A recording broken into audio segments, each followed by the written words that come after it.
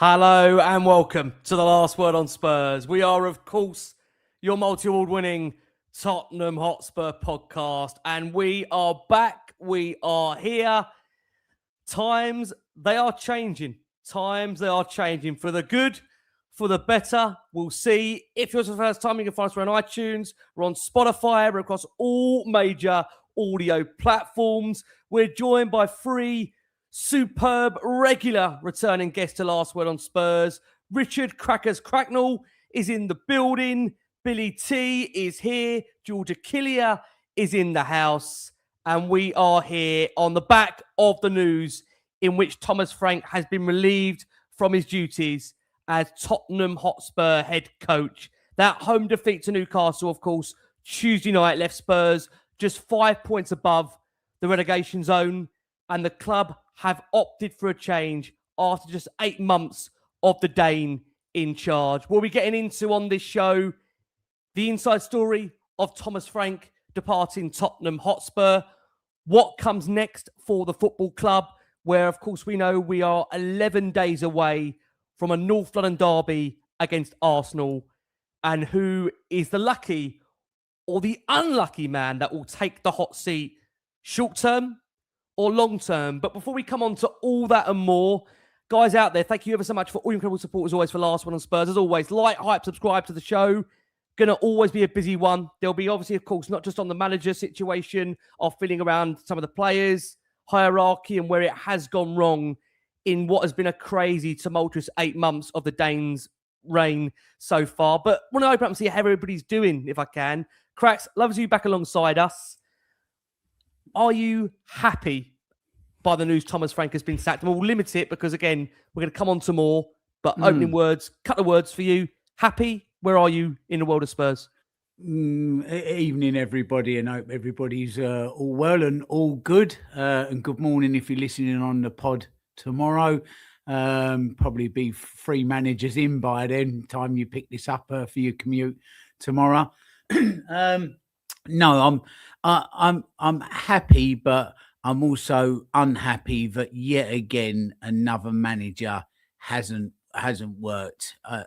I don't want to see any manager sacked, even if I really don't like them for whatever reason. If they're doing well for Spurs, that'll do for me. So to see a manager go is sad. I think I'm more relieved that he's gone, and I'm actually quite relieved in some respects. Okay, look, he's going to walk away trousered millions out of this. So, but that aside, we were talking just before we come on air, Rick, that you put a tweet out with a picture of him signing, and he was looking, fresh and well. And, I mean, bless Thomas Frank, he's always looked a little bit like a Chesterfield sofa anyway, hasn't he? But from last night, oh my days, these 8 months have just seemed to have absolutely battered him. He looks drawn, and, so I'm quite happy for him because it seemed to be taking a toll on him personally as well. It didn't work. So it's a mixture of a lot of feelings, Rick, I think. And I think the final one, emotion, is probably fearful of what comes next because of this mob upstairs and their inability to be able to run a football club. There's a panel of people there that if they fell into a barrel of tits, they'd come out sucking their thumb, wouldn't they? They're just not fit for purpose, Rick. So a lot of emotions. Cracks, thank you so much. And Bill, to bring you in, I've been laughing and joking. I don't mind saying to a few listeners on air that me and Bill had this running joke saying we've got that Thomas Frank sacking show in the bag. We've been saying that for the last 4 or 5 months on here, which is crazy, really. I'd say, is it a testament to Frank that he's lasted this long, or maybe the lack of directional control and the lack of a decisiveness nature from the club that he's been here for as long as he has done? But Bill, overriding emotions now, the Dane has departed for you. Yeah, definitely relief. I think is the biggest one. I was really relieved. I think yesterday, to be honest with you, yesterday, it's the first time, probably my Tottenham supporting life. I've actually genuinely thought we could get relegated here. Like, we actually could go. Losing that Newcastle game, West Ham winning, we were absolutely awful. And I thought we might actually be relegated here.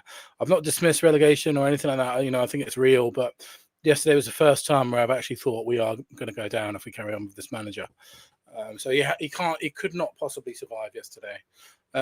I don't particularly think it's a testament to Thomas Frank that he lasted this long, because he seems to have gotten worse lately, if anything. I don't think there's been any signs of improvement. I know we had a couple of good Champions League wins, but we've seen the same old rubbish. And I think we were just saying a little bit off air, weren't we? This will not be a memorable managerial tenure. It won't be one that we look back on with all the memories. There'll be no memories at all.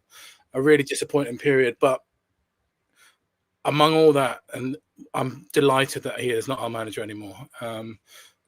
You have to point to the fact this is another failed manager at Tottenham Hotspur. And we had 5 permanent managers since Pochettino. It's just absolutely crazy the amount of managers that we burned through. And there's only one place that you can look, which is above. And and I always remember you said this, Rick, about Jason, what Jason said. If you could have asked any Tottenham fan what they'd want in 2025, it would be a trophy and Daniel Levy gone. And we got both of those things. And what's happened since Daniel Levy gone, I'm not for a second saying that, we should get Daniel Levy back, or, that's a good thing or anything like that. But the amount of ineptitude that they've shown in the 6 months that they've been in charge is staggering. Like, they've lost a director of football, they've lost a manager, the captain wants to go, the captain is coming out making statements against the board, or in a relegation fight. It could not be any more of a shit show than what these guys are leaving us with at the moment. So while I'm delighted that Thomas Frank is gone, I have no faith in those guys whatsoever.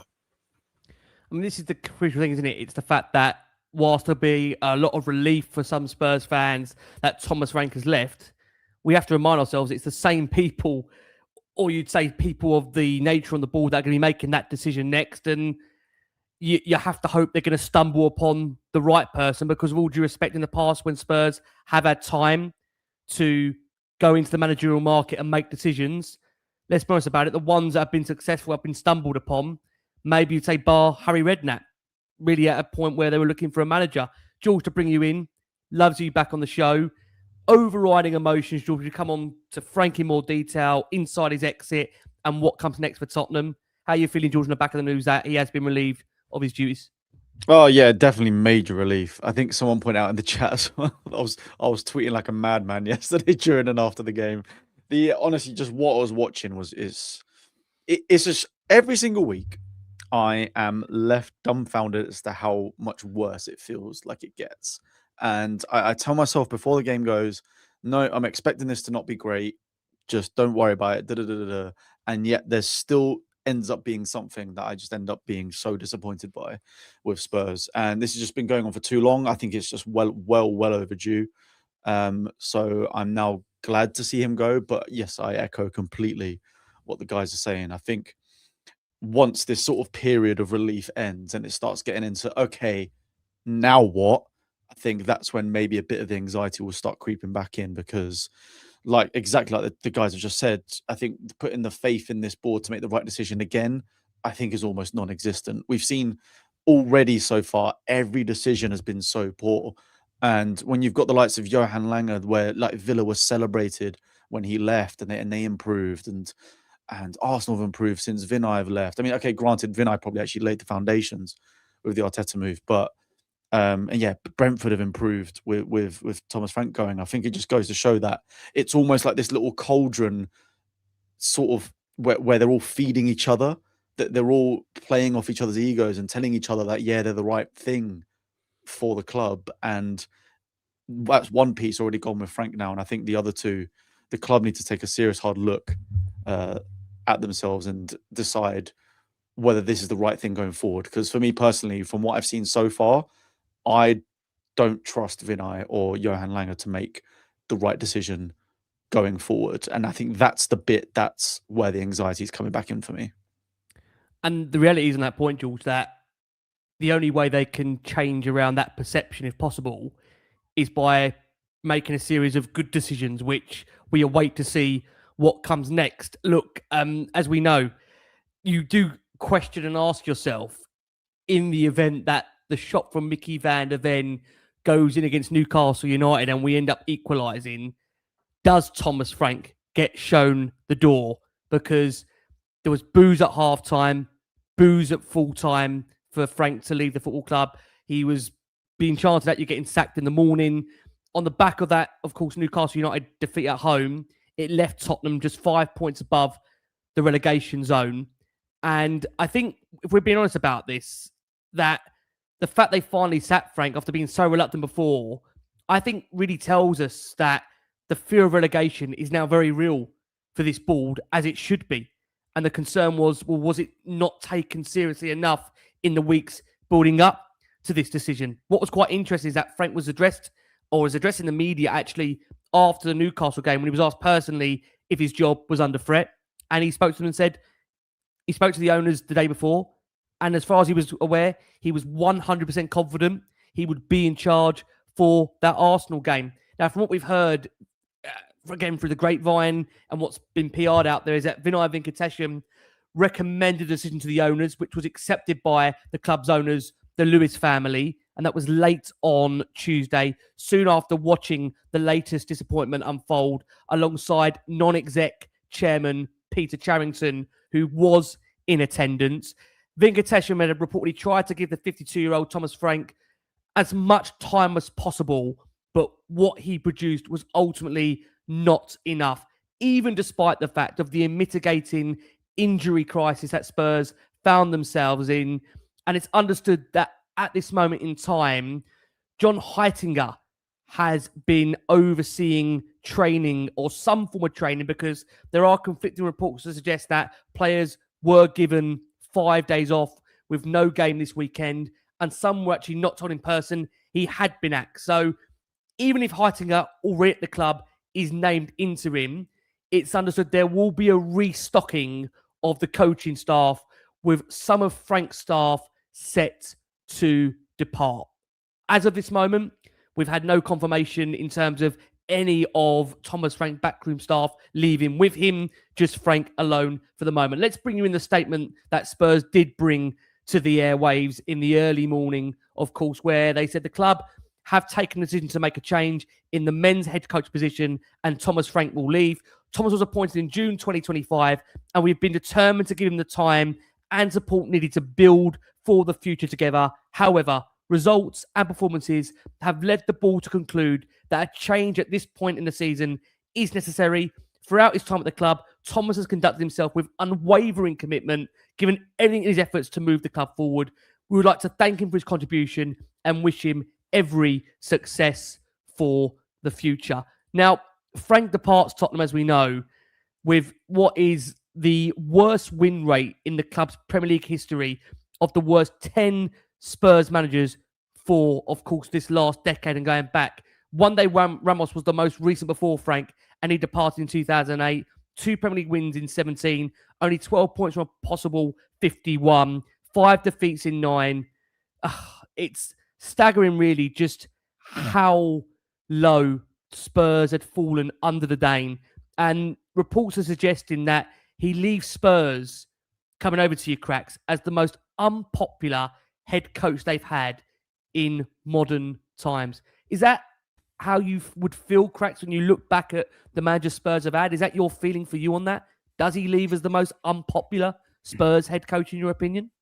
Yeah, I think that's probably a fair assessment of him, because he never really divided any opinion in the end, did he? There was just nobody saying, look, give him some time, because you never really got to know him. You never bought into him as a person as such, because there was not sort of much of him there. It was sort of Thomas Frank, the manager, compared to, say, somebody like Ange Postecoglou. There was people that sort of bought into him as a personality, and Redknapp the same, and Yol, and of course Pochettino. You kind of got a bit of personality from them and who they are and what they are. So but you never really got that from Thomas Frank. So yeah, it's probably a fair assessment to say that he was now the most unpopular. But a lot of that was because there's nothing, as George said, nothing memorable from this tenure. I can't look back at really at anything other than maybe the City away game. And the Arsenal Cup.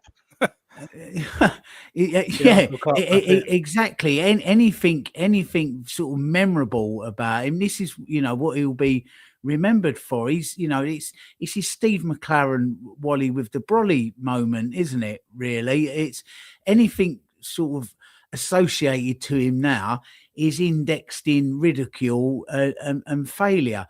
That, speaking about our blessed captain Romero, and not knowing the stats with him and sendings off, and this moment with the cup. Again, the cup moment itself, had that have been Harry Redknapp or even himself and been doing well, it would have just been laughed off and, oh, okay, ha, yeah, very funny. But because of the position he found himself in, it just, it just ended up with more ridicule. And so being the most unpopular is probably, the only cup he's probably won for anything at the club, really, isn't it? But just a mess, an absolute mess. And he goes, and it's I think he's sort of going to end up in that bracket with Jacques Santini, isn't he? That sort of period of Spurs and Stellini at Spurs, of that, like, oh yeah, I kind of remember him, and that will be it, because there's no other. He's just put no markers down on the club's history whatsoever, Rick.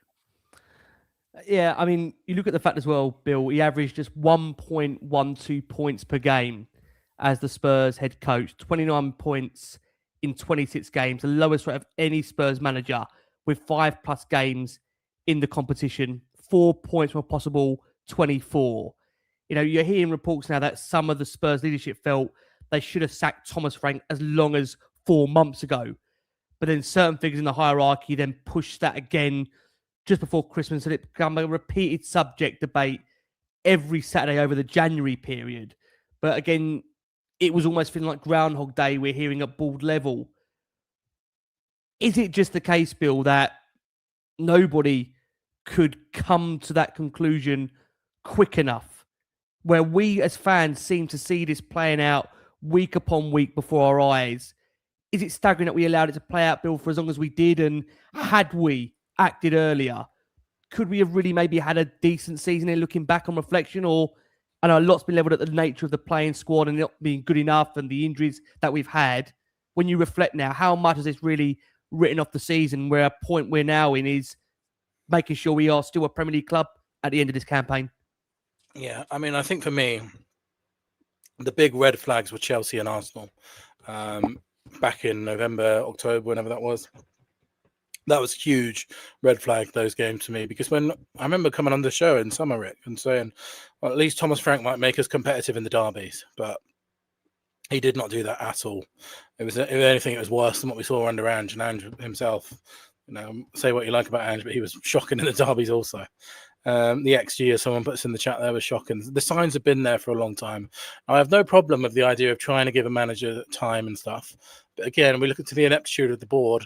If you're going to say, right, well, let's keep Thomas Frank, let's try and back him, and you can't do what they did in January. You can't do it. It doesn't make sense. You can't leave him with like 12 outfield players, bring 2 signings in. One of them we've seen as a replacement for an injured Bentancur. The other one is a young left back. Amidst an injury crisis, Thomas Frank then goes into the last weekend in January saying the squad now is weaker than it was in January at the beginning. That's not backing your man. So they didn't back him. They kept him for too long. And what's happened now is we have been dragged right into a relegation fight. And I honestly believe if we'd have kept him any longer, we could well have got relegated. I hope now that we turn it around. But still, if they get the next appointment wrong, we could be staring at relegation right in the face again. But they didn't back him. They kept him without backing him, which is stupid and inept and ridiculous decision to make. If they're going to keep him, back him in January. If you're not going to back him in January, get rid of him and get someone else in. Give them a January. And look at the fixtures that we had in January that we lost or drew. Burnley, West Ham. Give those to an interim. They can build something quickly. Now the next interim's going to have to play Arsenal. Or the next manager's going to have to play Arsenal. And then a couple of games later, Liverpool. It's not going to be easy for that new manager. So it's just absolute ineptitude of the highest order going above Thomas Frank. And like I said at the beginning, I am absolutely delighted that Thomas Frank is not our manager, but I think this leaves serious concerns about those above him and the absolute baffling decisions that they've displayed. And also, we will get onto it later because we were talking a little bit off air. The players have to look at themselves as well. Some of these stories, it's all well and good going, well, the players don't respect Thomas Frank. I'm sick of hearing that for every single manager that we have. There's so many problems at this club, and I think these players have been getting away. This is a new playing squad now, and they're still not showing respect. So I find it absolutely baffling that a Premier League footballer cannot respect the manager and the club that they play for and come out and not give it. It's just we hear these stories time and time again. So yeah, it's fantastic that Thomas Frank is gone, but this is a small piece in the puzzle of why this club is such a mess at the moment. Yeah, no, I totally agree on that point. It's hard to get away from that. And you look at the fact that his tenure, come over to you, concluded with only 13 wins in 38 matches as a whole. And we're now on the lookout for our 15th permanent manager of the 21st century. But it could turn to an interim. Of course, we've got recently appointed first team assistant coach John Heitinger, who is being seen as a potential candidate. We know that Stuart Lewis is well thought of from the football club. But I think Billy mentioned it there about the players. I think, George, similar to the fan base, the players lost confidence of him. And there's reports suggesting that he put his faith in a small core leadership group, which we know he personally created at the time. And some of those outside that main group would go days without barely a word from him on an individual basis. And few actually knew where they stood with him. And I suppose it goes back to that point that we've seen in the past, a lot of managers move to bigger clubs. I'm thinking, again, you go back to the likes of Roy Hodgson when he went from Fulham to Liverpool, David Moyes from Everton to Man United, even when you go back to Nuno to Tottenham. And unfortunately, Chelsea as well. Potter to Chelsea. That scale up, George, he just couldn't handle it, could he? And I think, as Billy said there, the big alarm bells were, of course, the early days of Arsenal and Chelsea and the dissent that was shown on that day at Chelsea by, at the full-time, Jed Spence and, of course, Mickey van der Ven. Were the alarm bells on there even earlier, George, when you think back to the fact in his first press conference, we had, for sure, we will lose games, and Arsenal are such a great team. I mean, look back now, it's easy to say that 8 months ago, but the alarm bells there very early on, George, that maybe we should have paid a lot more attention to, and we tried to let them slip. Look, I mean, it's a lot easier to say now looking back on it, but to be fair, it felt like every press conference he was saying something that was just like, what on earth are you saying? Like, especially the whole, we're going to lose games, or we're going to have 8 good games, 10 okay games. And it was actually mind blowing. A Premier League manager was actually saying that, to be honest with you. But in terms of the football itself, I think the main thing that threw me off early on was not learning from the mistakes in previous games. PSG, we in that Super Cup absolutely battered them, took everyone by surprise because we went toe-to-toe and went at them. At the 80th minute mark, he stepped off the gas, went ultra defensive, and it cost us. I thought he learned that in the Man City game because it was a bit different. With the Man City, it felt like for the whole 90 minutes, we were going at them, and we got the big result. But then you go back to the very next game to Bournemouth, and then the game after that, and then the game after that. We just kept on switching off in periods, and it felt like he wasn't learning from the mistakes in previous matches.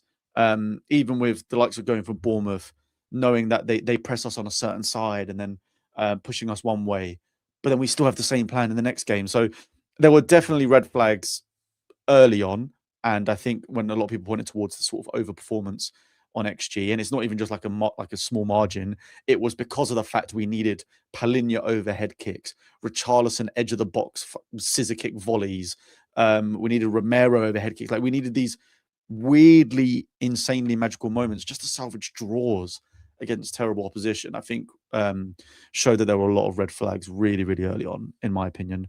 And yeah, I just think when you take the step up, a lot of the times it goes to show, especially with clubs like Brighton and Brentford and so on, I think it just really emphasizes just how well they're run as a club, as opposed to it being the individual. I mean, we've seen, I know Brighton are struggling now, but we've seen it from when they've gone from Potter to De Zerbi to like they always seem to have a plan in place for a model that they want to play.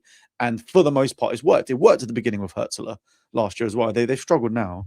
And Brentford are showing it with Keith Andrews. I think Sunderland are sort of the new one on the block where they got a new young owner and they've managed to climb the ranks up into the Prem. They spent a lot of money, clever signings, and they look great. And you've now got to start questioning, like, is this because of the manager or is it because these clubs just have it all worked out, whether it's to do with data, whether it's to do with scouting, with the eyes, whether it's to do with where they get players from, whatever it might be.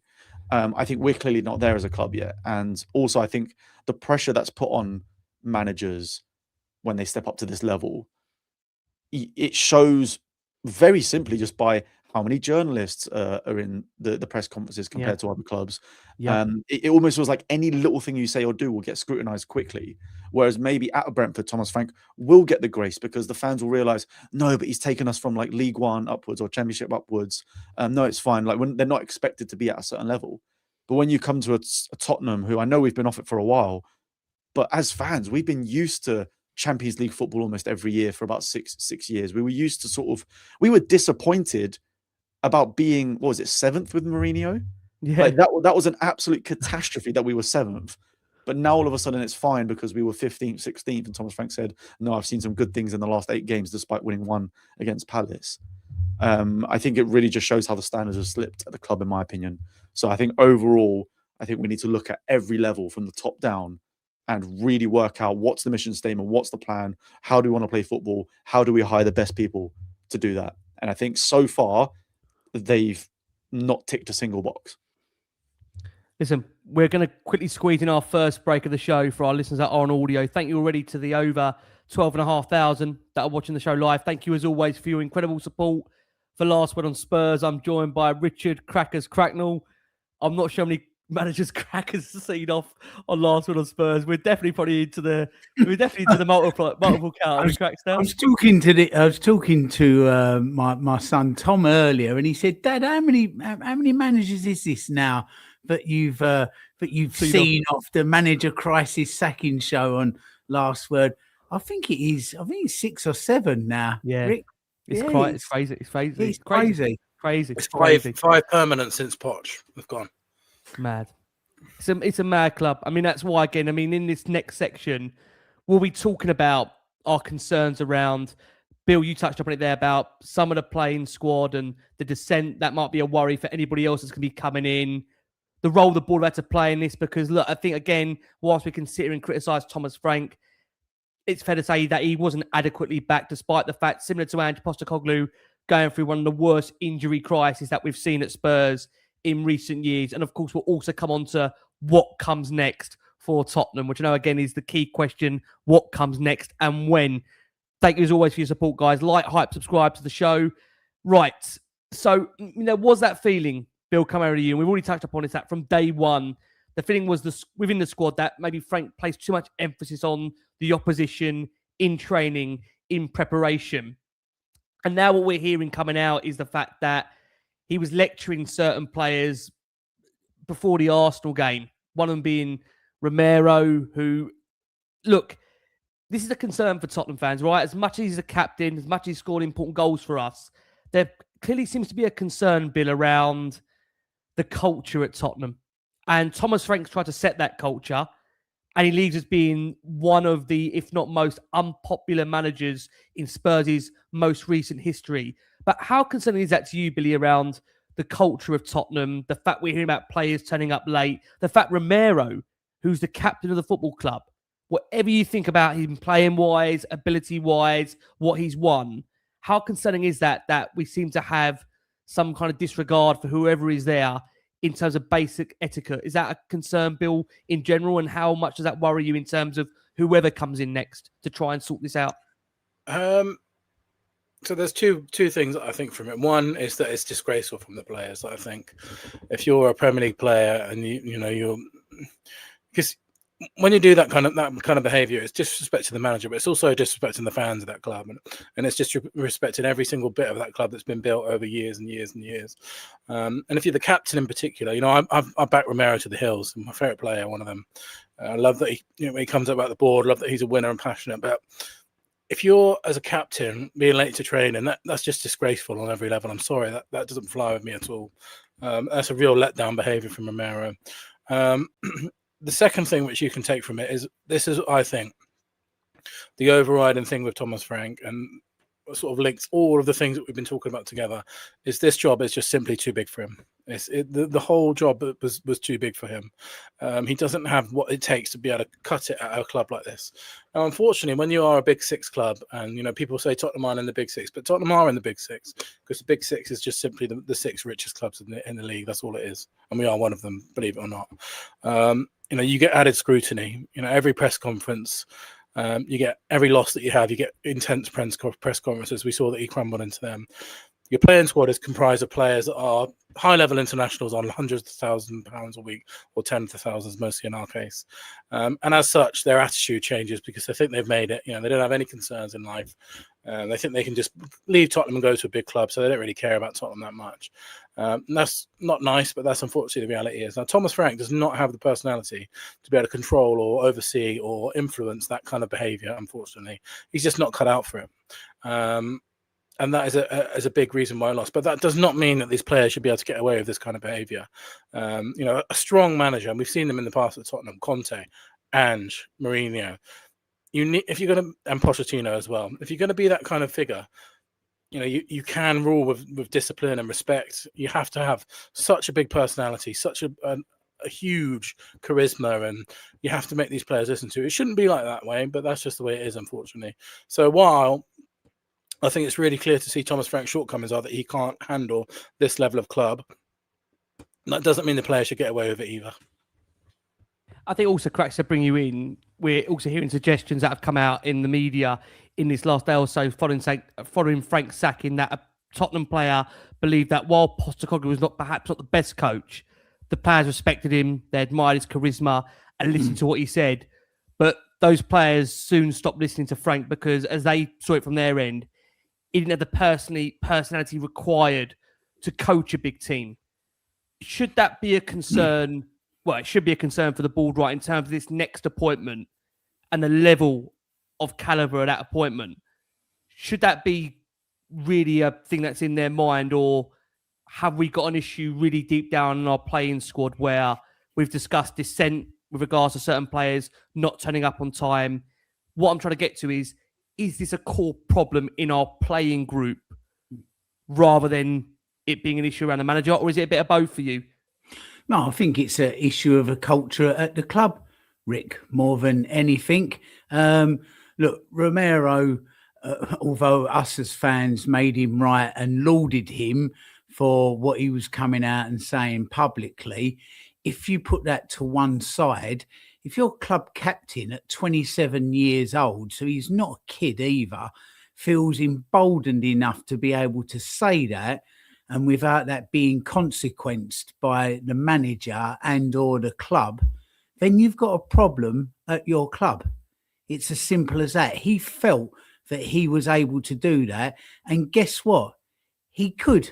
And Thomas Frank was backing him in press conferences because I suppose, to be fair to Frank, to be fair to Thomas, that he probably thought that for upstairs, there's not enough leadership and guidance to actually somebody from up in their ivory towers come down and say to him, listen, pal, you pack it in, we pay your wages and any more of that and you're done. It's as simple as that. This is what we saw down the road a few years ago with Aubameyang and, was causing these same sort of issues. And Arteta took him to task and fucked him off out of it, and the club backed the manager. So this is the problem. There's a culture. football clubs are little more than schools, Rick. And if you've got a crap headmaster and what feels like an endless chain of supply teachers, guess what? The kids are going to play up in class and like be throwing like rubber, like spitballs at each other and like, you know, stacking chairs up on top of each other and kicking over the overhead projector. That's how long ago I went to school, everybody. This is what you get. So look, a well-run club will have a strong divisive board that's a mixture of the business people you need and the football people you need. You bring in a manager, you make the right appointment in that sense for the culture of the club and what the fans would like to see. And then you back them. As long as you can see them week on week and month on month progressing, you back them. It's as simple as that. So there's a huge cultural problem at this club that he felt that he could act that way. And it seems like other players act that way too, because there was a fair few of them that was liking what Romero was saying, with his Insta post. So I believe the problem is that. I think this is the issue that Thomas Frank had. But upstairs, there's nobody running the ship. It's all done by delegation. It's all done by committee. There's nobody going, I look after this, and this, and you look after that, and that, and we'll do this. So, you know, as reports come out today that he didn't quite know who looks after this, because this was looked after by a dedicated person at Brentford. He was questioning the structures. So again, Thomas Frank, he's yet another one-legged man being asked to take part in an arse-kicking competition. And this is my fear going forward, that unless those structures and cultures change upstairs and they get their shit together a little bit better, then even the next manager, permanent manager coming in, is going to face these same issues. And these players will see this and know that they can take liberties with it. So that's the first thing that needs to be sorted, corrected and arrested, is to have that strong structure upstairs. Well, number one, we'd like them to go, to be honest, but if they're not, then that needs to be sorted like double quick. And the next manager know that when he comes head to head with one of these players that feels like they can get away with this, when the manager sends them to the headmaster's office, he's also going to kick them up the arse and back his manager. It's as simple as that. And that's the structure of a football club. That's how it needs to be. But at the moment, Rick, it's the Wild West. It is literally the Wild West. It's got to stop. Before we come on to the board's role in this and what needs to happen moving forward, George, I want to ask you just directly about the player group and what comes next for them, because I think it's fair to say a lot of those players appear broken, certainly in one half, generally in what we've seen the last few weeks. It's a team that we've seen struggling to attack, but also failing to defend. We couldn't even get one of those key categories right. And then even when the bar has been set so low that we've craved any sense of attacking football, we get near the opposition goal, to which we are almost delighted by the fact we're now in the opposition half. We look at Spurs now. We've scored 14 fewer goals in the Premier League than we had at this stage last season. Warranted. Look, we've again got a very big severe injury list that again has been added to that by Wilson Odobert being out for the season, we understand. And we'll come on to that a bit later in the show as well. He's done his ACL. We're expecting that to be confirmed, that Wilson is out for the season. More frustrating. Will the player group recover, George, from this? And I may be asking you a really silly question there, because people will say, well, listen, you get the right person in, they'll G him up, they'll make him feel $1 million, and they'll recover from this. But do you worry? Because, again, depending on how really seriously you take reports out there, they've been quite scolded by this last 7-8 months in terms of how they've been asked to play. I just wonder how quickly you see an adaptation happening with someone else new coming in. It depends on who that person is, because realistically, a lot of these footballers, I mean, professional footballers want to play attacking football. Doesn't matter who you play for. I think it's within the DNA of anyone, whether you're playing Sunday League or Premier League football. I think everyone wants to play good attacking football. No one wants to sit there and slog and defend the whole time. So I think if you've got someone in, whether it's an interim or a permanent manager, whoever it is, I think as long as their sort of ideas are sort of front-footed, I think we'll definitely see an uptick in the mood and mentality. I think that's why a lot of the players probably did back Ange quite a lot, even though that was maybe too far in one direction, like completely neglecting the defensive side of things.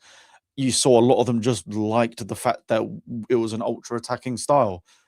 So I think we need a semi version of that, and I think it can work both ways. I think the players got to also realize that we are definitely in a relegation battle with about 6 teams at the moment, it seems. So they're not just fighting for whoever the next manager is, they're fighting for their own careers, because as much as some, especially like the likes of Van der Ven, would probably leave if we were to get relegated, we're not going to ship off 20 players in the summer from getting relegated. So some of them will stay. So then they've got to have a hard look at themselves and think, do I want to be playing championship football next year? I hope the answer is absolutely effing not. So they've got their own careers to protect. And even the ones that might want to move, they also need to get the best move they can possibly get, right? And they need to show that by playing well. So I think they need to finish the season strong. We've obviously still got the Champions League as well, which obviously no one's expecting us to go far or anything, but it's a perfect opportunity for the players to platform themselves on the sort of world stage, as it were, at least the European stage. So yeah, I think it's a little bit of mixed bag of the manager that we bring in, whoever it is, interim or permanent, ideally needs to have positive attitude in terms of the style of play, but also, as you're talking about there with the discipline of the players, I think as well, it needs to be someone that sort of just demands heavy work, and the ideas, he needs to be able to communicate the ideas well so that the players believe in it. I think that's the difference. I think Thomas Frank isn't dumb. He's a smart manager. I think the problem is with maybe it's to do with his charisma, whatever it is, at this level of ego that we have with certain players, when you reach a certain level, you need to be able to communicate it to these players and say, this is the way to do it. And the problem is, if the players don't believe in it, which clearly they didn't, they're never going to back it 100%. How many times did we see press conferences where Thomas Frank says, no, we need to win more duels, we need to win more duels, we need to win more duels? That was clearly his plan, but the players would have done it more if they believed in him. So I think it's going to be very dependent on who that person is, and also the players sort of got to think of their own careers as well to end the season strong.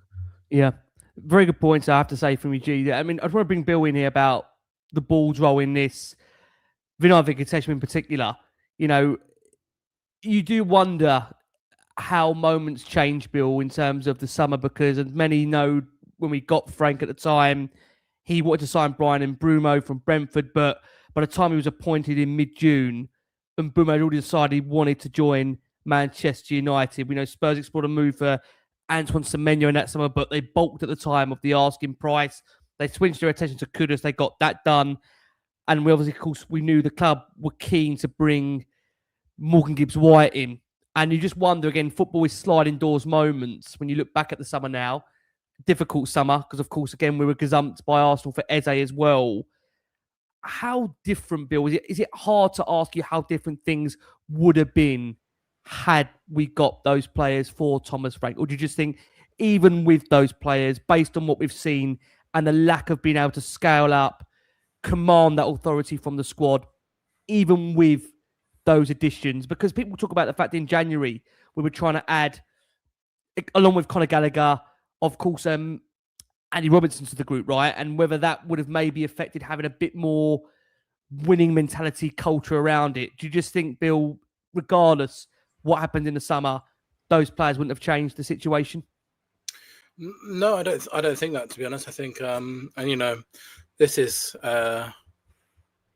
it's a famous phrase from Churchill: if you don't learn from history, then you're doomed to repeat it. And you know, how many managers over our last 10, 15 years could we look back and say, well, what if we had just given Poch Dybala, or what if we'd given AVB João Moutinho on deadline day? You know, this is very typical of this ownership, and they always leave the manager short. And Thomas Frank was left short. There's no doubt about it. Yes, he did have 5 players join in the summer, and then one more in January that are on over £100,000 a week, which is not that any other manager in ENIC history has ever had that before. But No. we're always left leaving. What if we decide Morgan Gibbs-White? Morgan Gibbs-White, I have no doubt, would have made a huge impact to our football club. Like, he is just sort of everything that we need in midfield, isn't he? We really miss that sort of spark and energy. Eze, you could probably argue, I know he's not had the best time at Arsenal, but in Xavi Simons coming in has been a decent signing overall. But again, you got the more Premier League proven quality, and he probably would have hit the ground running faster. So I do feel for Thomas Frank, and every manager you can point to these moments to. It's like Ange, Eze again, and Neto. Were 2 people that were linked in that summer. It ended up with neither, and ended up with a transfer window. Gallagher last Jan, and now Gallagher as well. Yeah. Yeah. This is history repeating itself every window after every window after every window.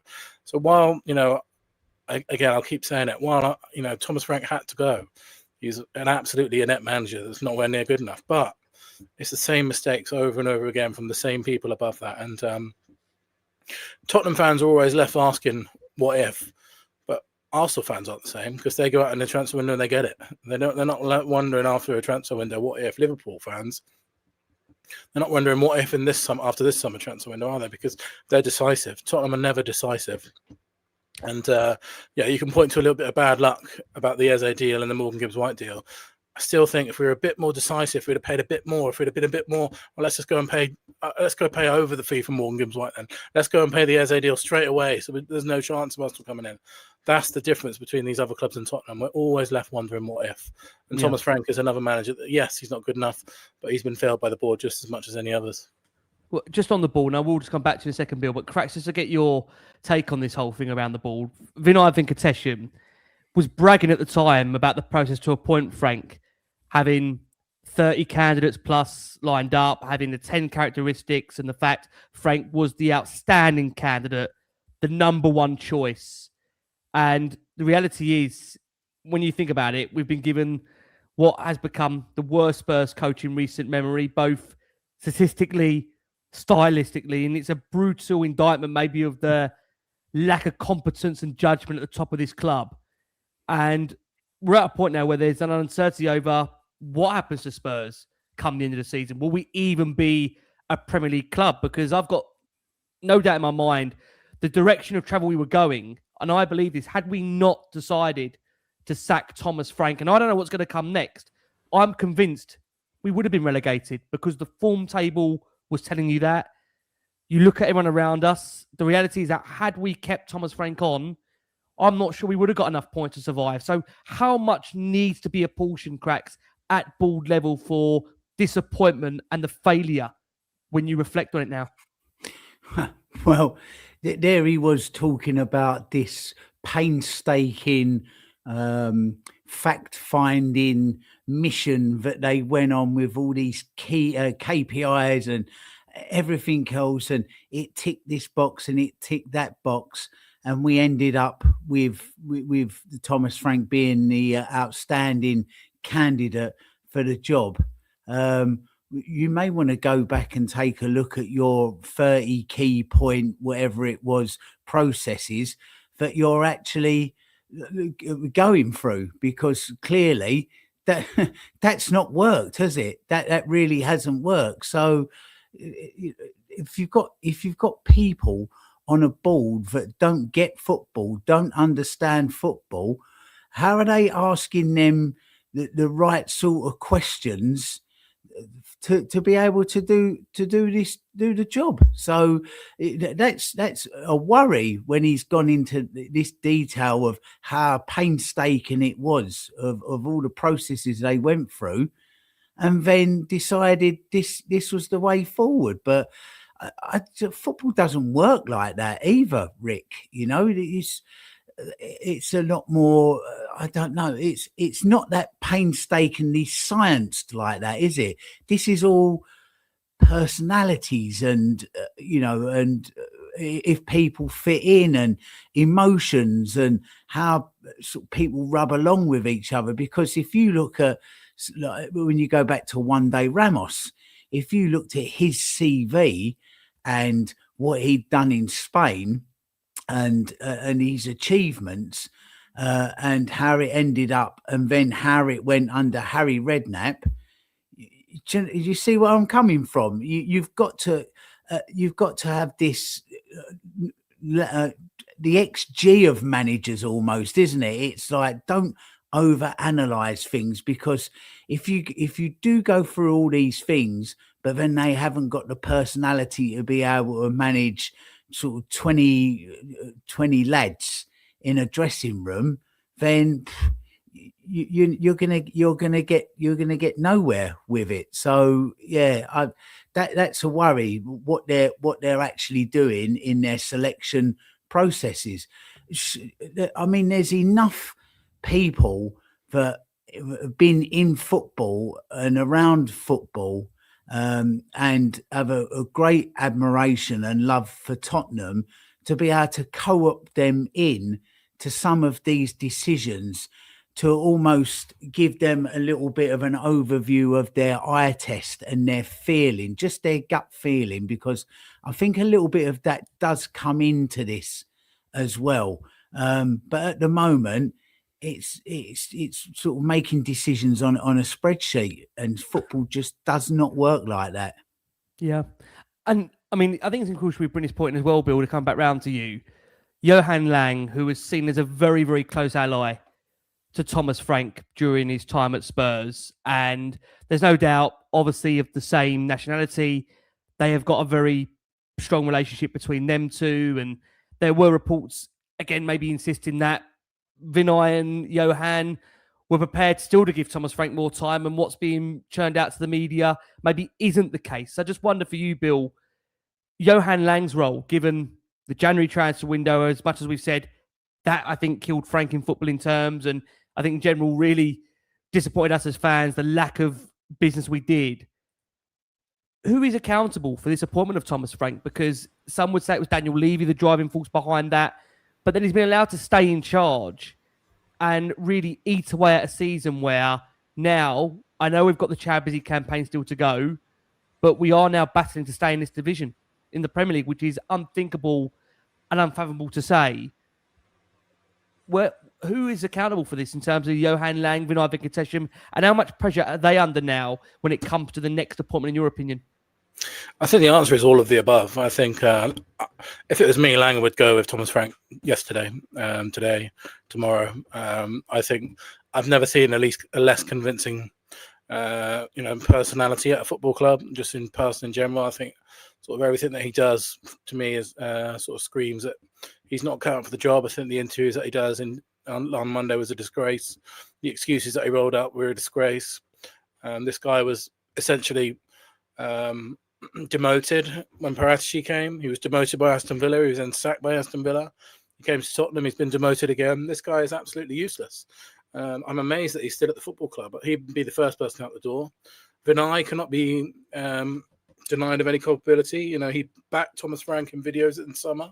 He then obviously has tried to orchestrate him staying for longer. And I think this pie in the sky idea that it's going to be another repeat of Arteta just because Arteta stayed, for 2 seasons of trouble and then did incredibly well after that is ridiculous. Like, there's no thinking there. The reason why Arteta did so well is because Arsenal continually backed him in the transfer window year after year after year, and we didn't do that to Thomas Frank.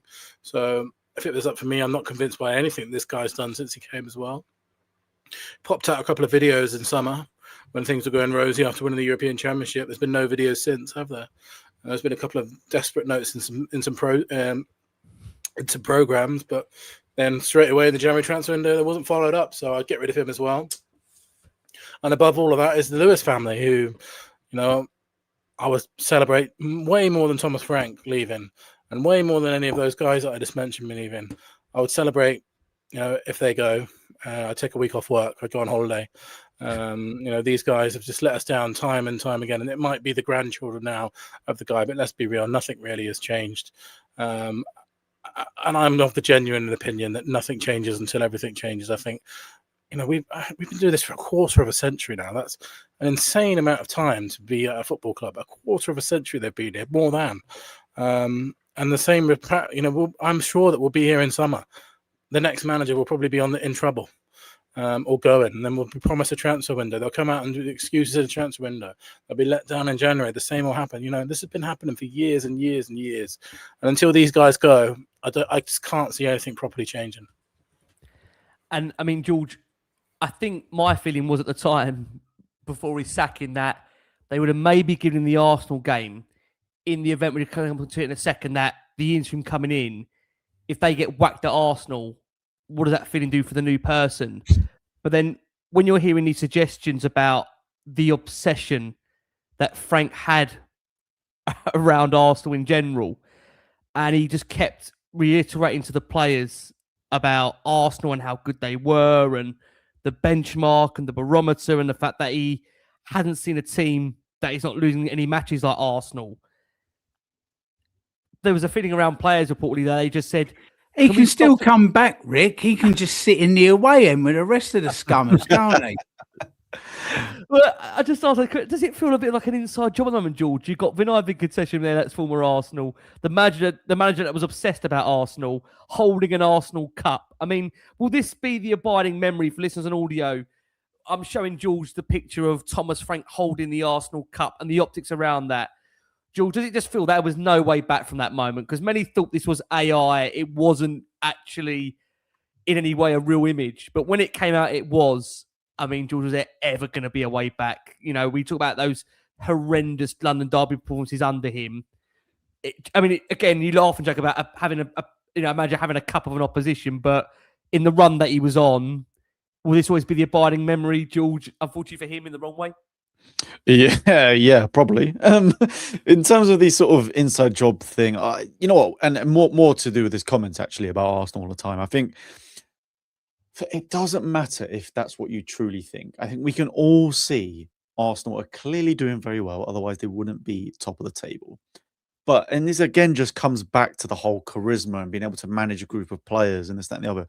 You can't week in, week out praise your rivals, say we're not good enough, saying we're going to lose games. It doesn't matter how true these words are. You cannot give that public perception of yourself, because players are going to see it, fans are going to see it. That's already creating such a negative mood when any elite team needs to go into every single game thinking, I am going to win this match. And I don't think any one of those players would think that after all those comments.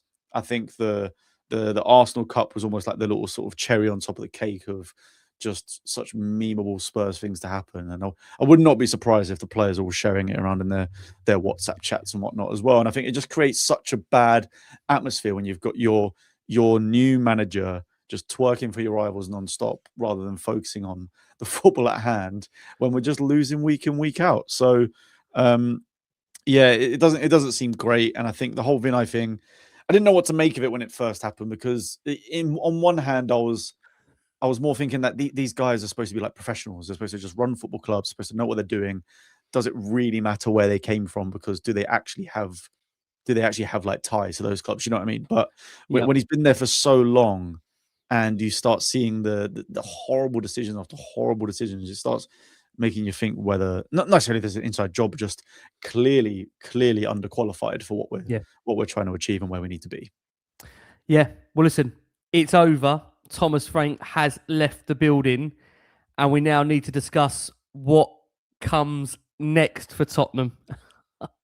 What comes next? We're going to go for our final break of the show. For our listeners that are on audio, thanks again to the over nearly 19,500 that are watching the show live. We appreciate all your support. We are joined by Richard Cracknell, who has been on far too many of these, and who knows how many there is to come of these. George also is a veteran. George has been with us nearly on a decade as well, the superb George Achillea, and Billie T, who we've loved having been on the show for the last year and a bit or so.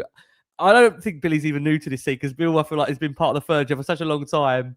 But I think he's realised what last one of Spurs life is generally about now. You just don't get an off day. It's the fact that we were joking about this show saying it's been in the bag for the last 3-4 months. We just never knew it was going to come, Bill. We see how crazy you cursed it by saying that you're going to have a weekend off, mate. That was your fault. I think we all need a weekend off, right? There's a holiday. When you're on holiday, you're on holiday. I know, right? I know. Honestly, if you're an alley gold on holiday, we're in trouble. Oh, that's when Crackers killed me into somebody. Said me and Ali were both on it at the same time, and it was all kicking off. This sacking show, Rick. You know when you're a young lad and you first pass your test and you jump in the car, and as your mate goes to get in the car door, you pull off by about 10 foot, don't you? And then he goes for the handle again, and you pull up again another 10 foot. That's what this sacking show's been like. It's like every time your mate's gone for the door handle, it's just pulled off another 10 foot again, isn't it? It's tonight. It's like, yeah, all right, come on, get in. We're going to Mackey's drive-through now. It just feels like it's actually happening, doesn't it? It's after West Ham, wasn't it? We were on standby all week, and then it's no, yeah, that's unbelievable. I mean, this is the thing: is that we've said it on so many shows. He could have been sacked early as the Arsenal game, the Forest game, the West Ham game. I just want to say this, and I think people again take it in different ways. I do wish him all the very, very best for the future. I think he's a really, really lovely guy. I think, like Cracker said in his intro, when you look at, well, like every Spurs manager, when they look like what they look like when they got the job to when they leave the job, he's aged so much considerably, but he'll come back, and I'm sure he'll come back to a decent standard Premier League club, just like a lot of clubs out there. George said it earlier, you know, that scale up is sometimes really, really hard for managers to do. But I want to say we wish Thomas Frank all the very best for the future. As Tottenham, go on, Bill. If he's too worried, then apparently the Dyche might get sacked tonight. So could be in Forest by the weekend. There you go. Football moves fast. Football does move fast. So tell you what, though, Rick, that £6 million burning a hole in his back pocket now buys you a hell of a lot of treatments at Champneys for 2 weeks to rest and rejuvenate from the 8 months at Tottenham, doesn't it? I bet. I tell you, honestly, who knows? But look, Tottenham, we're on our search now, as I said at the opening part of the show, for our 15th permanent manager of the 21st century. It could turn to an interim. It might very well be a long-term appointment we're hearing. Let's give you the latest of what we've heard from the media in this last 24 hours in terms of who and what comes next for Tottenham on the back of Tottenham dismissing Thomas Frank with immediate effect. And guys out there, if you can like, hype, subscribe to the show, that would be greatly appreciated. So as things stand at the moment, and from what we've heard from the media perspective in terms of what is coming next for Tottenham, Tottenham want a new man in place by Monday before the North London derby, but must decide between an interim or a permanent appointment. Now, Tottenham have been working through a list of potential successors to Frank, which is believed to include, at the moment we're hearing, Roberto De Zerbi, Mauricio Pochettino, Robbie Keane or Ferencvaros, and another name that has been mentioned, which I believe was dismissed very quickly after coming up, and that was Francesco Farioli, who apparently at the moment Porto are unwilling to allow to leave the club mid-season. Now, we know around this situation with Pochettino, it's difficult because he's taken the US to a World Cup. His name has been sung loudly by supporters in the presence of both Venkatesham and Charrington that attended that game against Newcastle. Rick, can I just jump in there? Could you put Farioli back up, please? A picture of him. Now, there's a good-looking man, a very good-looking man. Give him the job for 8 months. He'll come out looking like me, wouldn't he, by about August? Give him the job. He's too good-looking. We need to hagger him. Well, I mean, just on this point, gut feeling, because there's strong reports, we'll start with you, Bill, that De Zerbi, who's out of work at the moment and available after leaving Marseille, is understood to be keen on a return to the Premier League. And there's even reports suggesting from the I paper, as much as you want to believe what they're suggesting, is that he sees Tottenham, God forbid, God help him, as the next logical step in his career after leaving Marseille. He led him to a second place in Ligue 1. He's just parted ways with a French club. I mean, again, I'm going to be honest about it. This is nothing against Italian managers, because I think there's some wonderful Italian managers out there and you see what they've done in the game. But to me, he's got a bit of a mini Conte about him where if you get him riled up, I can only see this going one way. I've made my feelings very, very clear. For me, the club needs some form of connection again. And the only man I think that could provide that is Pochettino, in my opinion. I just feel you're in a position now where if Poch doesn't get the job and whoever comes in does not get off to a good start, that clamour for Pochettino is going to be there. So your gut feeling, Bill, about what Spurs do next. Will it be an interim? Are they looking for a long term? What they're going to do, because we're in a situation where the person that's coming in is walking into a relegation battle. So I think there's a couple of things at play here. I think Tottenham will be very happy to employ an interim manager and wait till Poch. I'm sure that's the way that 99% of people at the club want to be. 90% of fans would love that. The problem is we're now in a situation, because they've left it so long, that if you hire an interim and the interim is not experienced and we lose the 3-4 games or whatever, we could get relegated. We're so close to relegation at the moment that I think the fear of hiring an interim has really got to them. And that's why I think we're in this situation now where they may be reluctant to hire an interim, because an inexperienced manager coming here, if they get this next step wrong, we could actually be relegated. And that's a crazy thing to say, but it's true. We're 5 points clear at the moment, and West Ham are in better form than us, and they're playing better than us as well. So I understand the situation. So I think they're terrified at the moment. I think they're terrified because if they get this appointment wrong, we might get relegated, and we've never had that before. You know, if you go back to 2 points, 8 games, that was 8 games into the season. There were 30 games to put it right. There's 12 games to put it right. If we lose the first 3 or 4 games of this, we might not be able to recover it. We might not be able to actually make it up. So I think this is a huge consideration into what they're doing right now. Cracks, just bring you on that. Go on, Bill. Yeah. Carry on. So I think that's why De Zerbi is linked to us at the moment, because he's not an interim manager, and he's a manager which will hopefully come in and do things straight away. Now, I won't go into too much detail. I'll let the other guys, but I think there's serious question marks over De Zerbi, over his temperament. Some of the morality issues around De Zerbi, I think, will be uncomfortable for a lot of fans. If you look at some of the things that have happened at Marseille over the last few years, I'm sure everyone will know what I'm talking about there. But just in general, there's an Amazon Marseille documentary, and he's very, very fiery character. And if you remember when we played Brighton under Stellini, I think him and Stellini almost had a fight in the ground, didn't they? He's like Conte. He's another Conte. This guy. There were reports then, Bill. Actually, that's what maybe put them off him at that time, because of his fiery nature on the touchline, Bill. Yeah, I mean, he's had problems with the board at Brighton, he's had problems with the board at Marseille. Can you imagine him coming in and being pleased by Johan Lange? This guy is a hothead. I can't. So I think we're setting ourselves up. Football wise, he plays great football. Great, lovely, fantastic.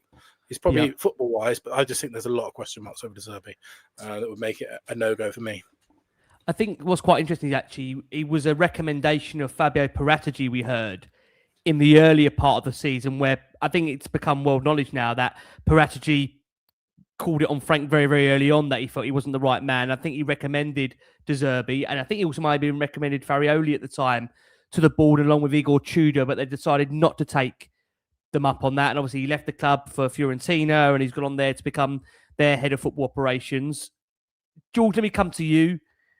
This feeling around the manager situation, like we said, this is a very difficult and delicate one, because whoever is coming in, they're not coming into a plain sailing job. They're coming into a squad that is low on confidence, low on form, in a relegation battle.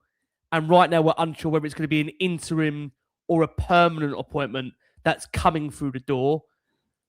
Gut feeling for you, George, at the moment, who would you say is the favourite for this? Big question. It depends what route they take, because I agree exactly with what Billie said about De Zerbi. I think, no doubt about it, genius tactician. He's actually set the way for a lot of build-up play for a lot of managers, learning from him, especially with his time at Brighton and Sassuolo. The problem I have is definitely around the character, the man, the words he was saying at Marseille. Some of those, and bear in mind, these are the clips that we see. Some of the clips in training where he was begging players to go into the showers, leave the training ground, selling them off. I think it was. I know Rabiot's not exactly a quiet character himself, but I think it was Rabiot was one he butted heads with massively. And I'm like, I don't believe that that's something that we need right now, regardless of what genius tactician he might be. So I don't think it would, well, especially with this board, at least anyway, as well. But yeah, I think that especially from a morality standpoint, I don't personally agree with him. So I would stay away from there personally. But then when you're looking at other options, it's really difficult. I think in terms of permanent managers now, the only one I'd go absolute head and heels over for is Alonso. But let's be real, why would he pick up this job now when it is quite likely that the Liverpool job will be available from the summer onwards, Yeah. unless they win the Champions League or whatever, and Slot keeps his job. But it's very likely that he could go to Liverpool in the summer. So he'd probably hold out for his options then, unless you splash crazy money on him. But again, is this board going to do that? I don't think so. So I think the best route for me is going to have to be an interim role until the summer and assess them, because then plenty more managers become available. It's not just Poch. I mean, another one that's a dream, but obviously probably completely unrealistic is like Nagelsmann, but even the likes of Hoeneß at Stuttgart, I think is a brilliant manager. Farioli then becomes available if you want to look at him. The options just widen so much more. I think we need an interim for now, but you're right. We're in a sticky situation where the interim still needs to do a good enough job to actually get us away from relegation. Heitinga, is he the man? I don't know. He flopped at Ajax earlier this season. But on the other hand, a lot of Liverpool's issues this year apparently has been put down to him leaving Slot as the second man, but maybe he's just always destined to be an assistant as opposed to a manager. Who knows? Or will he improve? I just don't know. I know nothing about his philosophy and his style. Yeah. I think it might be difficult to get him away. I'm not too sure, but I think Robbie Keane might just be the best option available, purely because he's an actual active first team manager now. Gets the club. He's at the top of the table, tied with another club at Ferencváros. Do you agree, though, G? The only way you feel Robbie's going to come to this club, if he's going to walk away from a club that's played European football this season, is if he's only going to come if he's giving a certain assurance that if he was to get a tune out the players, then he's got the opportunity to take the job beyond an interim. I get that 100%. I think I'd be more inclined to think that way if he was in one of the top 5 leagues or a big league. Yeah. And I don't mean any. I suppose the question I'm asking you is, in what world is Robbie Keane walking away from Ferencváros unless this is a permanent opportunity? But we saw. Okay, I guess he moved for a permanent move, but we saw Rob Edwards leave fighting promotion with Middlesbrough to jump ship and go to 20th place Wolves. I truly believe that the Premier League just has that pull, and he's got the option to potentially showcase his ability, which I don't know if most of us know what it is, but he has the opportunity to showcase his ability with a view to maybe it gets a permanent move, or at the worst case, maybe he'll get the Forest job in the summer, or maybe he'll get the Palace job or whatever. I think the Premier League has a crazy amount of pull with it, that, and no disrespect to the Hungarian league, I think he would potentially move for that. But I do agree there is a little bit of friction there as to would he do it just for, what is it now, like 4 months, 5 months? Yeah. That's definitely the toughest one. But I think he's more likely than any others. Not like a McKenna. And McKenna would not leave now from Ipswich for the role without it being a permanent move. I mean, the one name, Cracks, which I think is the most popular on the fan base. Again, I don't want to speak for everybody, but it seems Pochettino is getting clamour from certainly the match-going fans in that stadium. They're singing his name consistently. The difficulty we know around the situation with Pochettino, of course, is he's tied to the World Cup with the US, and it makes it very much impossible for him to leave before that job comes vacant. Well, I mean, unless Spurs are willing to spend what's been reported as a world record compensation fee to buy him out. And I just don't think... I think the difficulty you got with Pochettino is that, you're not just leading any club, you're leading America. They're the home nation of a World Cup, right? Mm-hmm. The optics around that, as much as for me, Pochettino is my first choice, I do not see a world in which Pochettino is going to walk away right now from the US to come and take Tottenham through, at this point, a relegation battle and keep us safe. I think the only way Poch takes the job is in the summer where hopefully we are safe, like Billie said. So I think we're at a point now where we have to look at the other options that are out there and see who in these next few months is going to be able to guide us to safety, which at the moment, I'll be honest with you, looking at the options out there, I don't think that's a guarantee. I think we've got a better chance now that Thomas Frank has gone of staying up, but West Ham are the informed team at the moment. We are on a horrendous run of form. As we mentioned at the start of the show, no wins in 2026 domestically, no wins in 8 in the Premier League, 2 wins out of the last 17. So who realistically comes in and gets an uplift from these players when, again, we've got a derby next, right? So you might argue form goes out the window. It's Arsenal. Play for passion, play for pride. What would you be doing, Cracks, right now? We've got someone to take the ship for 4 months. So if you made an approach for Pochettino, what's the worst that could happen to him by leaving his current job? He'd probably get a bit of a shitty tweet from. I think Trump would kill him. Well, I mean, you know, you'd like the big orange baby would put something out in a tweet in capital letters, fuming, and would just be like, "Fuck him, he's South American anyway. We don't need him. I'll put an American in there, and like we'll win the World Cup." You'll just get a load of old crap like that. You know, it probably won't be welcome back into Disneyland anytime soon. All right, take the grandkids to Alton Towers instead. Look. As mad as it sounds, football's a mad business, and we know that he loves Tottenham. He makes no secret of it. Somebody just said in the comments there'd be tariffs on Spurs, wouldn't there? but the president, God bless him, he'd probably end up saying, "I need a tariff put on Spurs," and like there'd be some extra charges put on against the either the basketball team or the spiky wheels that the Cowboys have on the back of their boots, wouldn't they? It's like, look, make an approach. If that's the way you want to go, make an approach for him. Make him an offer he can't refuse, and see what he says. If he comes back and says, "I just can't leave this America job, like, you know, I just can't," then okay, no problem, move on. But I don't know, Rick. It's look, the thing with Poch, and I love him, and he is my choice, but with some caveats to this as well. Everybody's singing his name. Why in the stadium? Why are you singing his name? Is it because of his coaching abilities, or is it because it was the last time you actually felt something following Spurs? And I think a lot of that comes into play here, because we've just been so bereft of any feeling of somebody, and just side of when we won the cup. Up until that point, it was a bit of a mixed bag, wasn't it, of how we felt about Ange. There was those that absolutely loved him, and there was those that really didn't love him as well. And that was a fair old split.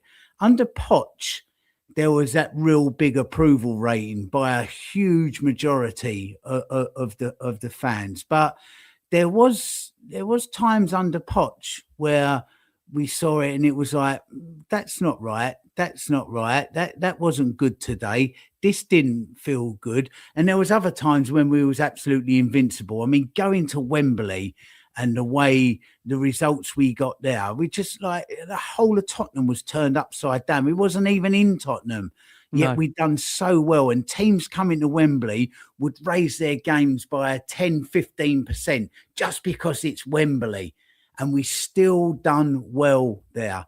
So, look, at the moment, this club needs a huge lift in the mood. That's in the terraces, just the mood music around the club. And he is the man that would get that tune playing. He really would. I mean, just it's one of those things, like these visualizing things. Just shut your eyes now and imagine him leading us out in that North London derby in 11 days' time. Rick, I'm sorry for swearing, everybody. I don't normally. The fucking roof's coming off the place, isn't it? Like, and look, we might well get beat by them because they're a decent old side, and most teams are getting beat by them. I'm not sure if he comes back. That if I think it's all hypotheticals. I don't see a world. I don't see a world in which he's going to be available before the World Cup. But I suppose on this point, Cracks, any other option out there? Who would you be picking right now to kind of steer us through these next few months? Well, this is the difficult one. If we go for an interim, then we've got to get somebody that's going to be on side with the fans because, firstly, let me reel back a little bit. Firstly, it needs to be somebody that the players buy into. that dressing room has got to buy in to this interim if he comes in, even the next permanent manager, because our immediate problem is the threat of relegation. Because if there's one or two teams around us, below us, that find a little bit of something, we are in trouble. As it stands, we're all as shit as each other down there. So if they you say that, continue, but we are shitting everybody at the moment. Our form guide has got us 20th. Yeah. But there aren't. But we have still got that little bit of a cushion of 3 or 4 points and a goal difference for now. So firstly, we've got to have somebody that the players and dressing room buys into, whatever's left of it player wise, has got to be able to buy into it and want to run through walls for the end of the season. So you've got to find somebody that taps into that firstly. If you get that and the players start playing and we see some uplift in the style of play and the way we play, then you get the fans on board. Then they begin to buy into it. You look what's happened at West Ham. The actual play, the games have got better for them. The crowd's lifted.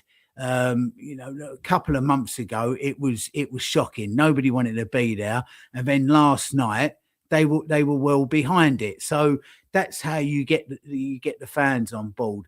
Who that person is, Rick, I don't know. I mean, Man U got it with Carrick, but you could argue that they did actually have the players there that wasn't playing. They were coming back. And you got players coming back. Celtic had it, have got it at the moment with Martin O'Neill. So who is that man that means something to Tottenham players, fans, the club, that could actually go out there and do that? And that's on an interim basis.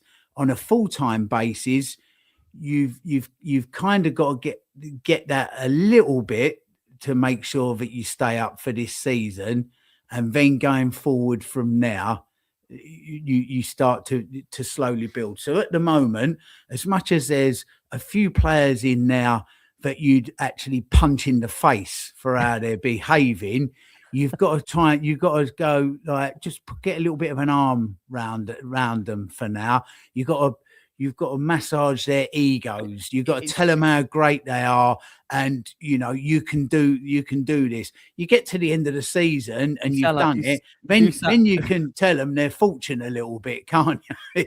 You sound like you're talking about this man. You sound like you're talking about Harry Redknapp, who. I know people have said about Harry. He's 78. Harry, bless him. And there's nothing. Not ages at all, but.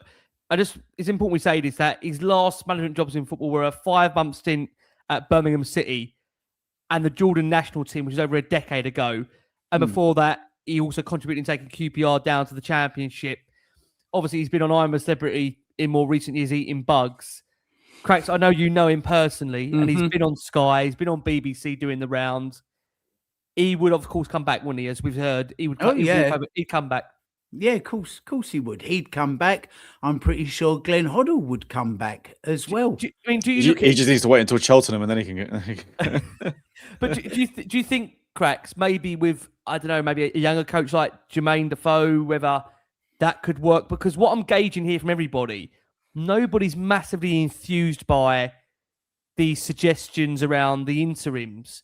And the feeling is that we need it to be somebody that has a connection to maybe us as fans, but you also mentioned a really important point there.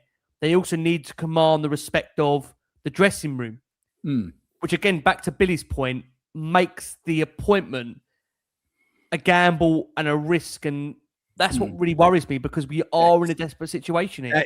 That's the problem, Rick, because even 10 years in football is 1,000 years in every other walk of life. What was going on in football 10 years ago and players and the type of people they are is just a million miles away from who players are now. So that it's so difficult to find somebody in our recent history that can capture that and the now as well. It's really difficult, really difficult. I think we are going to be relying on other teams just being that little bit shitter than us for the rest of the season. I think that's the crux of it, to be honest.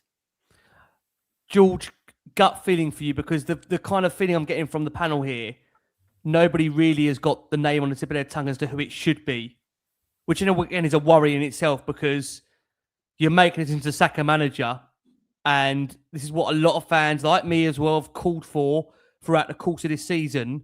But it feels like nobody we're sitting here has got an absolute right. It should be this person to come in right now and galvanise us. How big of a concern is that, George, ahead of the fixtures to come and the need to have some kind of commandment of this group? Yeah, massive worry. And I think this goes back to us saying that it's just too little too late when it comes to these decisions. Like, they've left it so late now, when Carrick was available a long time ago. You had other options. Maybe other managers would have been more willing to leave their clubs if it was before Christmas. But it's just made it very difficult. And I think the standout options well, like you say, the lack of standout options are crazy, because at the end of the day, employed managers are far, far, far less likely to leave with only 12 games remaining in the season, especially because most clubs have something to fight for. And of the people that are available now, you're only really looking at permanent options, really.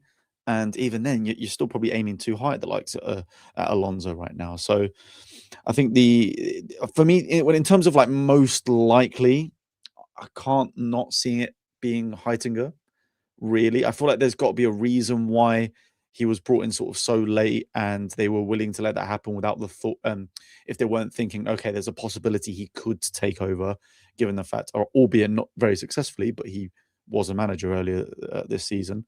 And I just the other options, I just don't know. We're Redknapp obviously would love to come back, but can he do it now? I worry for his health more than anything. We've seen what Spurs do to us fans. Let alone point. I mean, it's not. Yeah, I mean, but it's a really important point you raised there, George, just from a health perspective. Because he's not coming into a easy situation where he's coming in to steer the team, and it's a mid-table situation.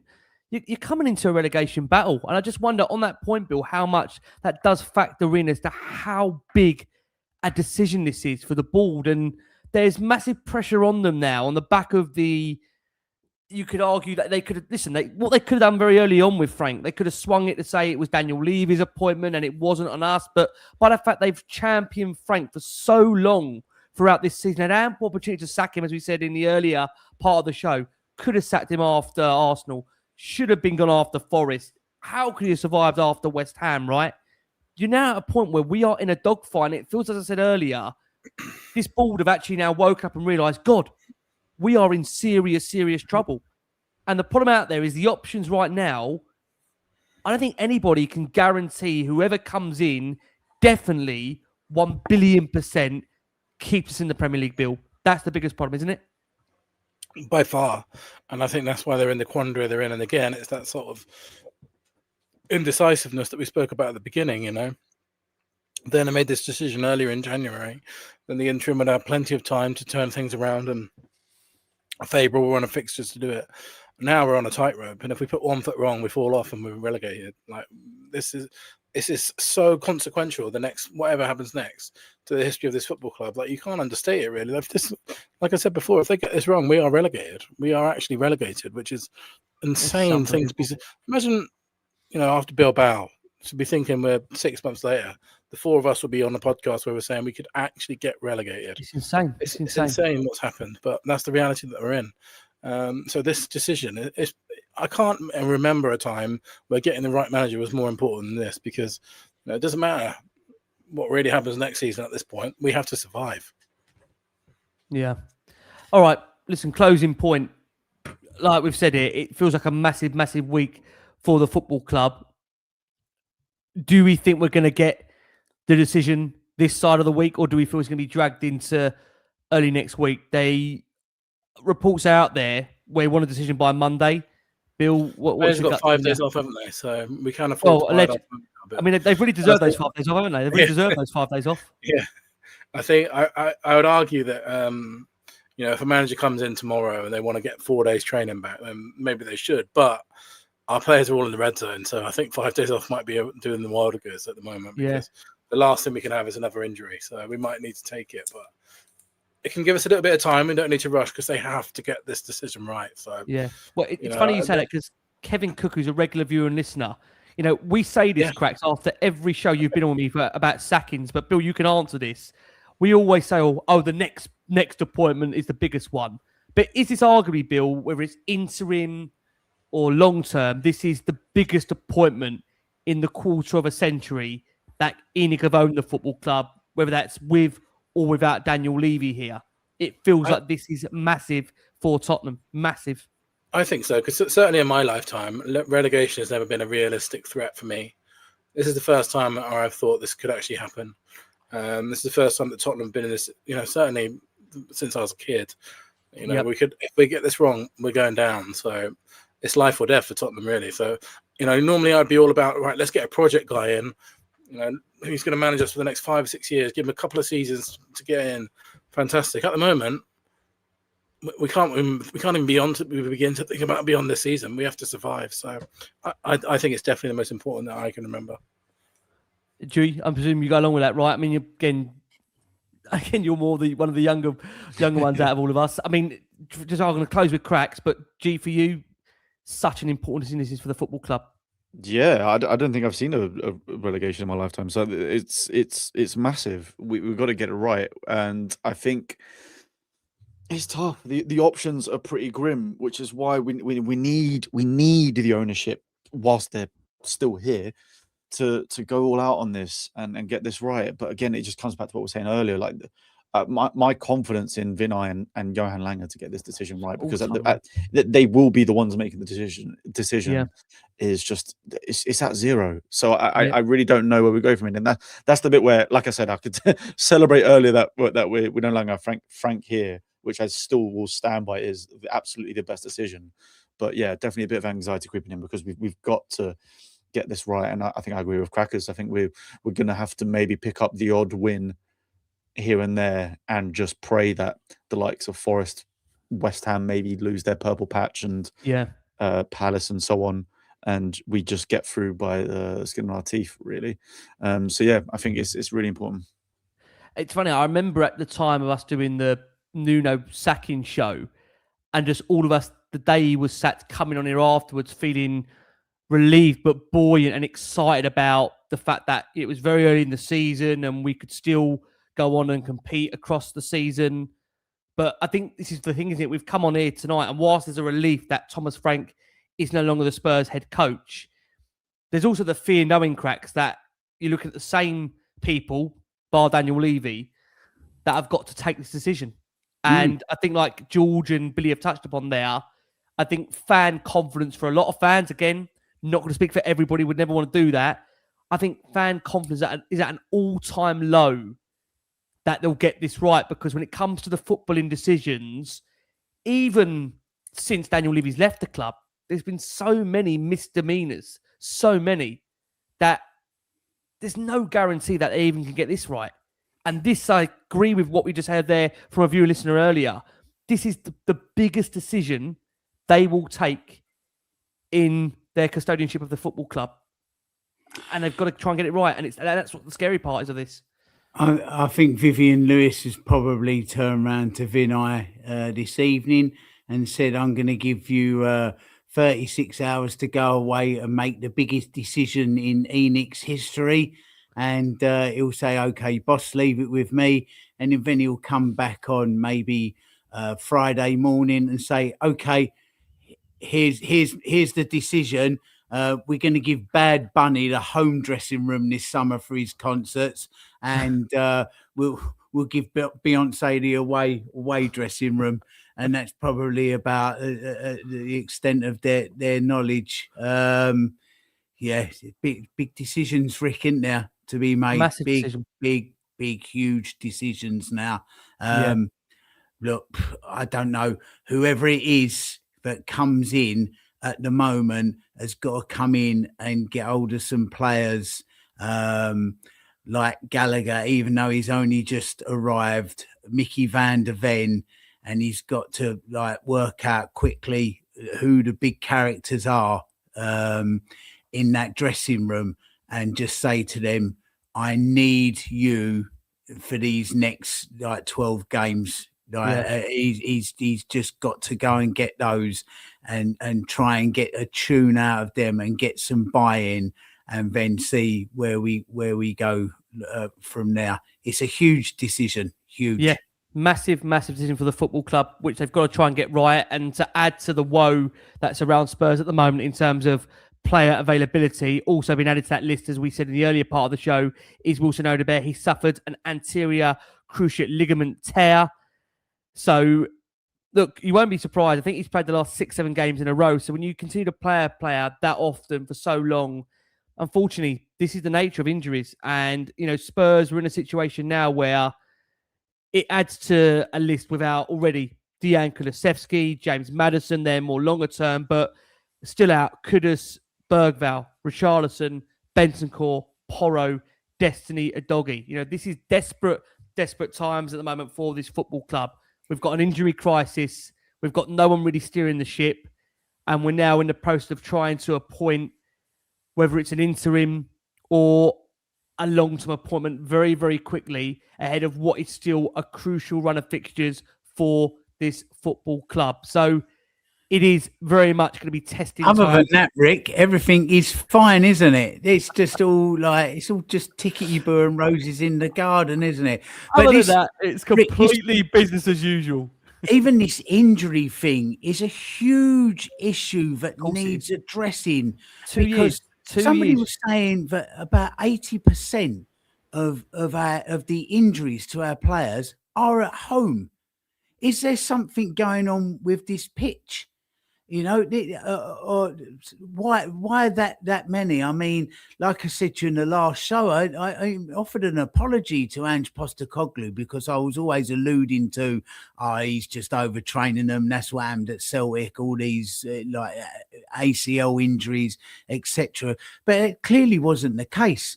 So there's clearly something really not right at the Lane as a pitch or within that medical department. So there's yet another mess that needs to be sorted out. When's the transfer window open for doctors and surgeons?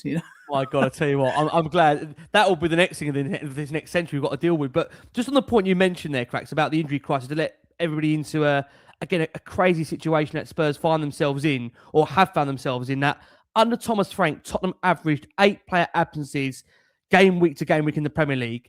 That compares to the 5.7 under Ange Postecoglou. So in terms of availability, Spurs' cumulative absence increased by almost 40% over the first 26 game weeks of the season. So you make a point there, Cracks, around the player availability of injuries. This is a desperately concerning situation where I think Spurs in the last couple of weeks have taken a 9th member of the Brentford staff on board, who is a physio. So look, we await to see what happens around, to really close the show, Thomas Frank's coaching staff, because I expect there to be movement there. But as of right now, Thomas Frank is the only person to have left the building. And I think, again, we just say, look, personally, I wish Thomas Frank all the very best for the future, but Spurs will roll on.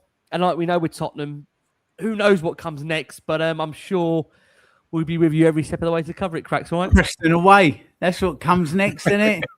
Wrexham. I want Wrexham. On a Tuesday night. Oh, no.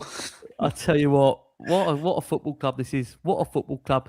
Guys, girls, gentlemen, thank you so much for your incredible support for the show. Everybody out there, my thanks to this wonderful panel that have given up so much of their time, so much in the last how many years of covering this crazy football club. Billie T, Bill, thank you so much. Oh, Bill, tell me it's going to calm down a little bit, isn't it, Bill? At some point, we're going to get a little bit of normality. No, it isn't, I'm afraid, but we will be there for all of it. We will. We'll try. Billie T, love you very much. Thank you so much. George Achillea, George. I said earlier, he's had nearly a decade of doing this with us. How we kept him on board, I don't know, George. Thank you so much. We've got to get surely, George, we're due a period of stability at some point, aren't we? Got to be. Well, I don't know about that. I mean, we've got like a little... we've got a testimonial coming up there in 10 years. Oh god! Hang up the shirt.